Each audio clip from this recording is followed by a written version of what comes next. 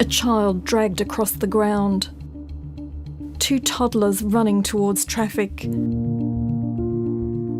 We're told they're one-off cases.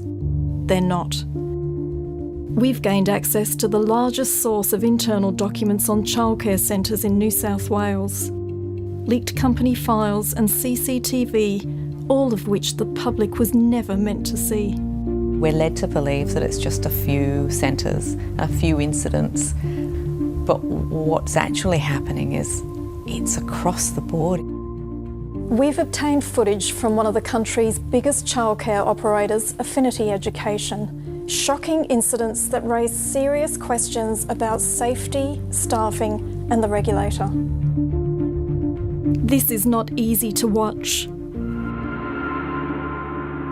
This was filmed by an educator in May 2023 at an Affinity Centre in South Strathfield in Sydney.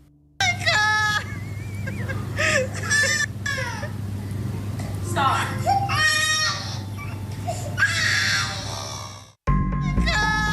A defenceless baby slapped in the face by a childcare worker 4 times.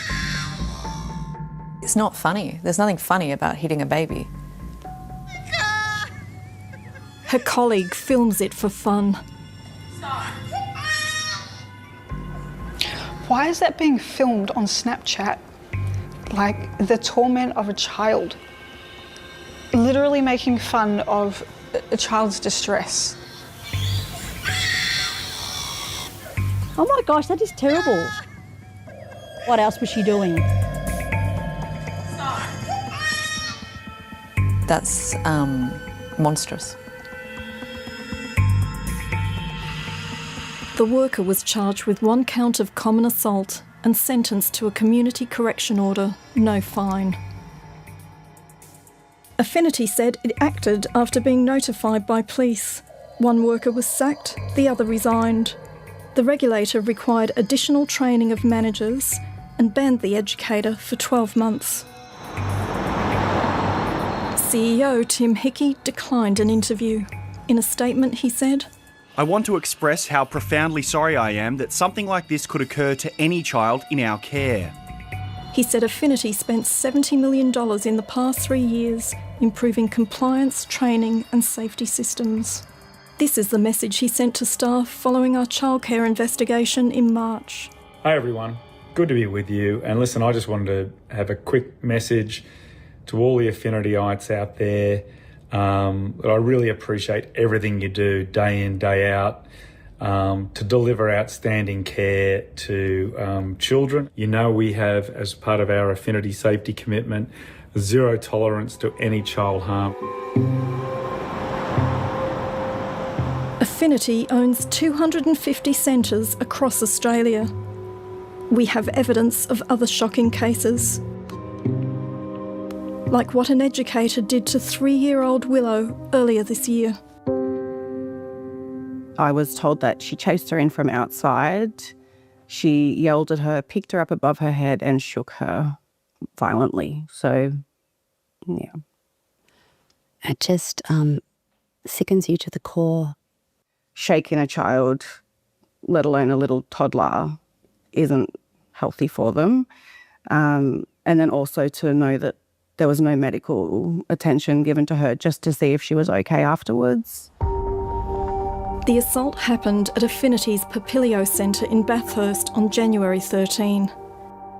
Michaela wasn't notified within 24 hours, a breach of the regulations. I was told 9 days later about the incident. Willow's behaviour in those few days in between that I was sending her was, she was very scared once we got to the centre, and I didn't know why.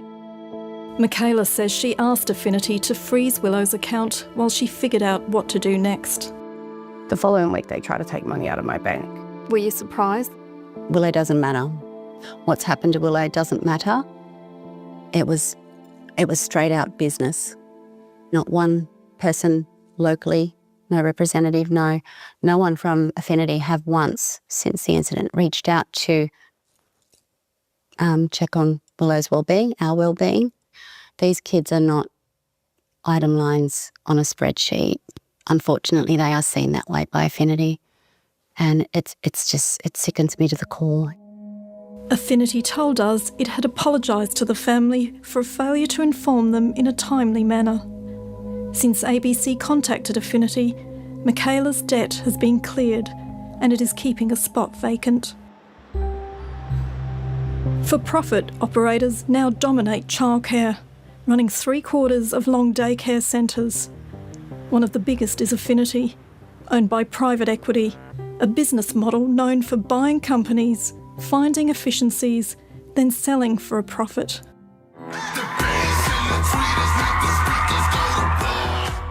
This Affinity function looks more like a corporate sales rally than a celebration of high-performing childcare workers.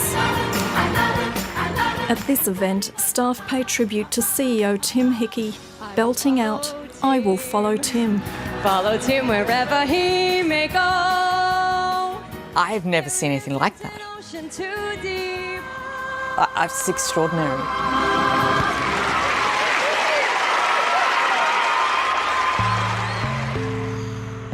Affinity has added a new centre on average every 2 weeks, growing from 150 to 250 centres since 2021, when it was sold to a second private equity operator.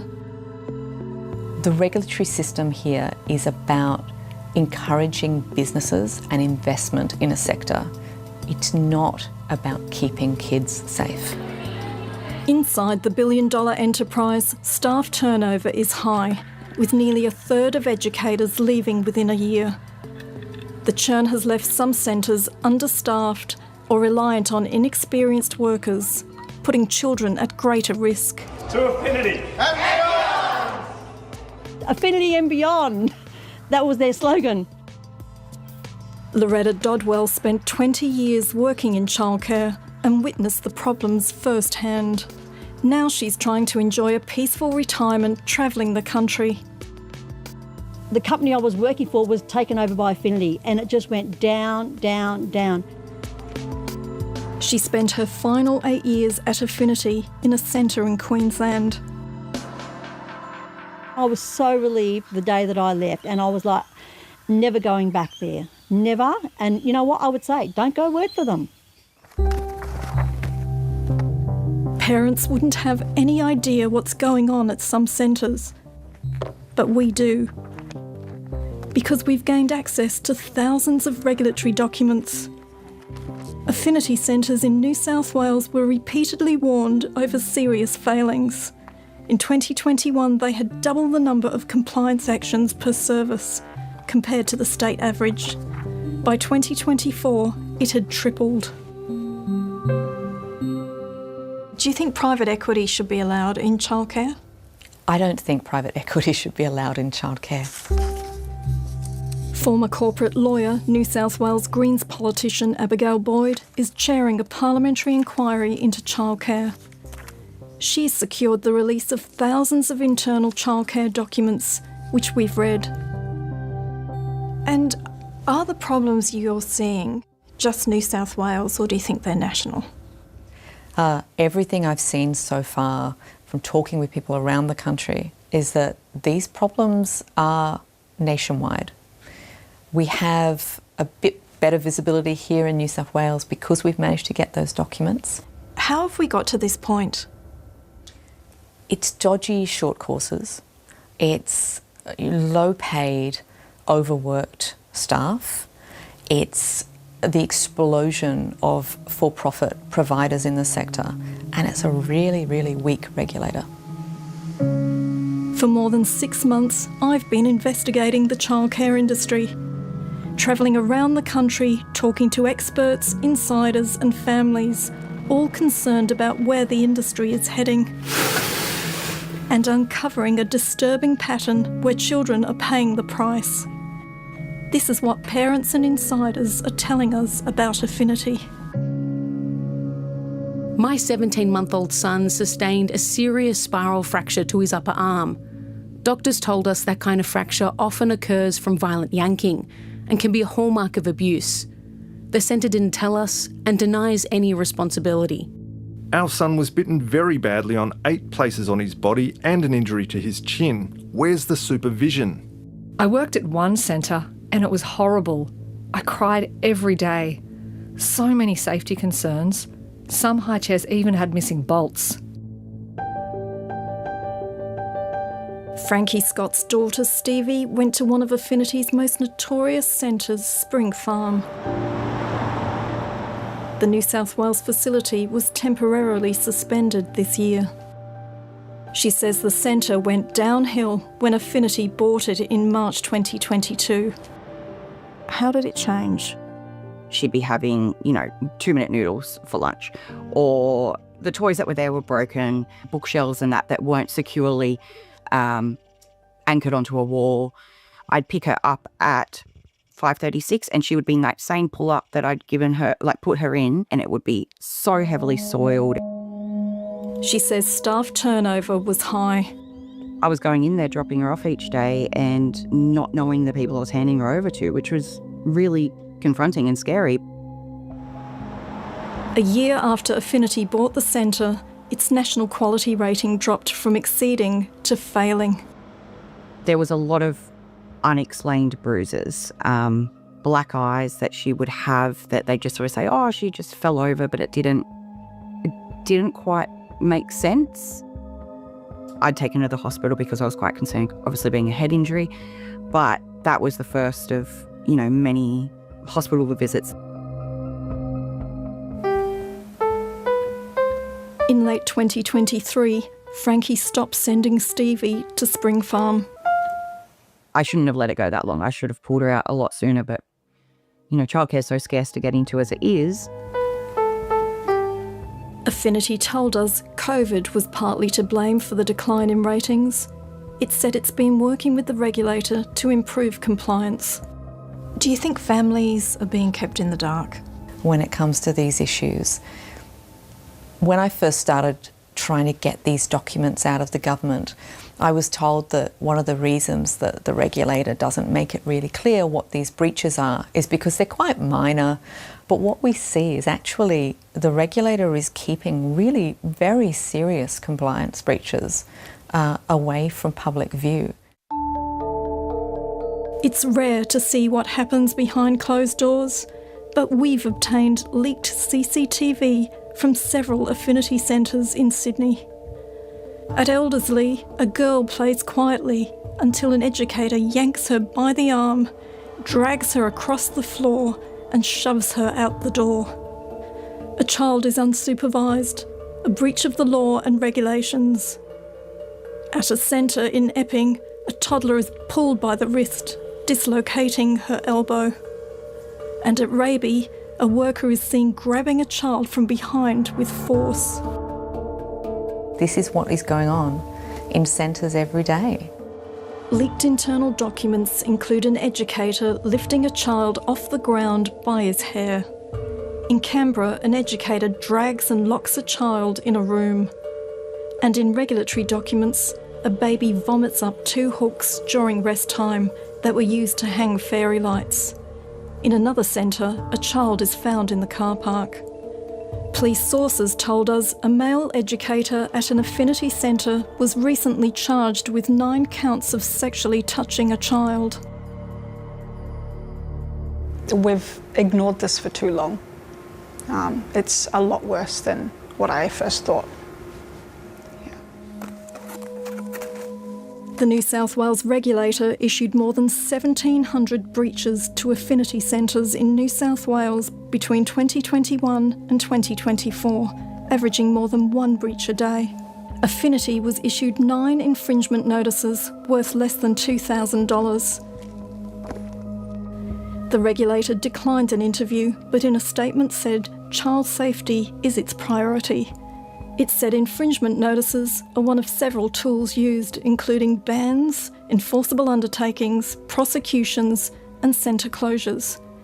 Last year, it banned 60 people from the industry and cancelled service or provider approvals of 63 due to compliance or safety risks.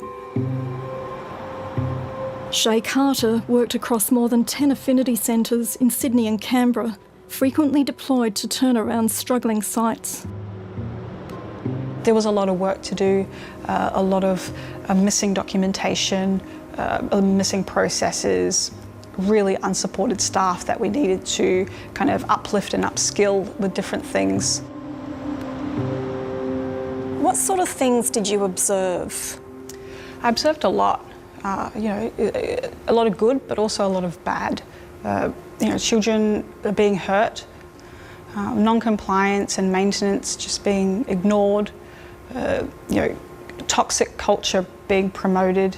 We were encouraged to compete against each other for the highest occupancy, or who can do better out of business outcomes, which harmed the staff and the children, and I participated in that myself. More for-profit centres fail to meet national quality standards compared to non-profit centres, and fewer exceed them. Professor Gabrielle Ma says the trend is concerning. Governments aren't paying enough attention to the kinds of providers that are coming into the system because it's quick and easy for them to leave it to the private sector. They don't put enough resources into regulating the system and ensuring that all services are up to scratch.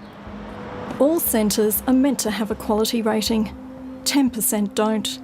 Another 10% don't meet the national standards. The ones that do are assessed on average every 4 years. Professor Ma says it's even worse. 15% of centres have staffing waivers approved by the regulator, allowing less qualified staff.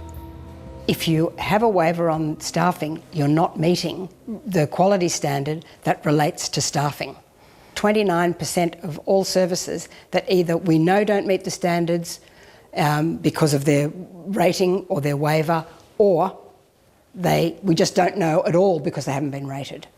29% is an alarming number to have question marks over the quality standards. It is.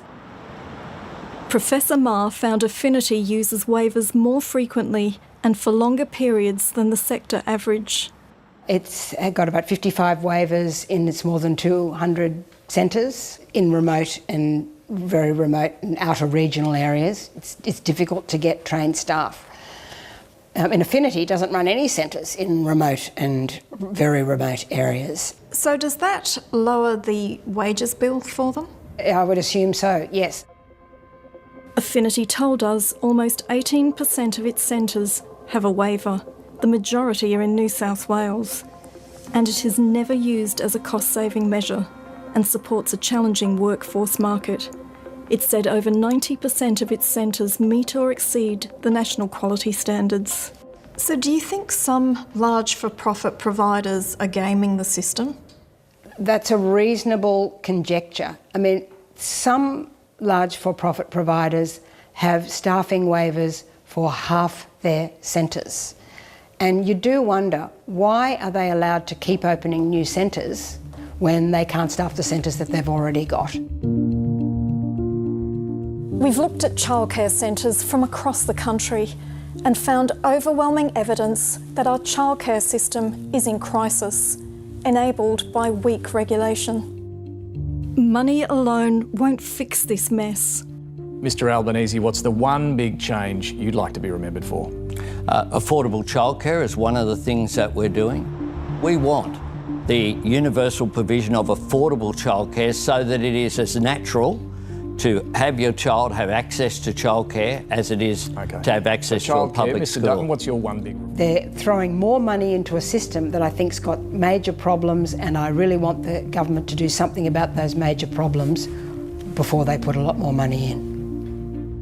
There are well-performing centres and great educators, but finding quality care is getting harder for families. Every single early childhood centre should be safe. How can families trust our sector if this is what's happening to children?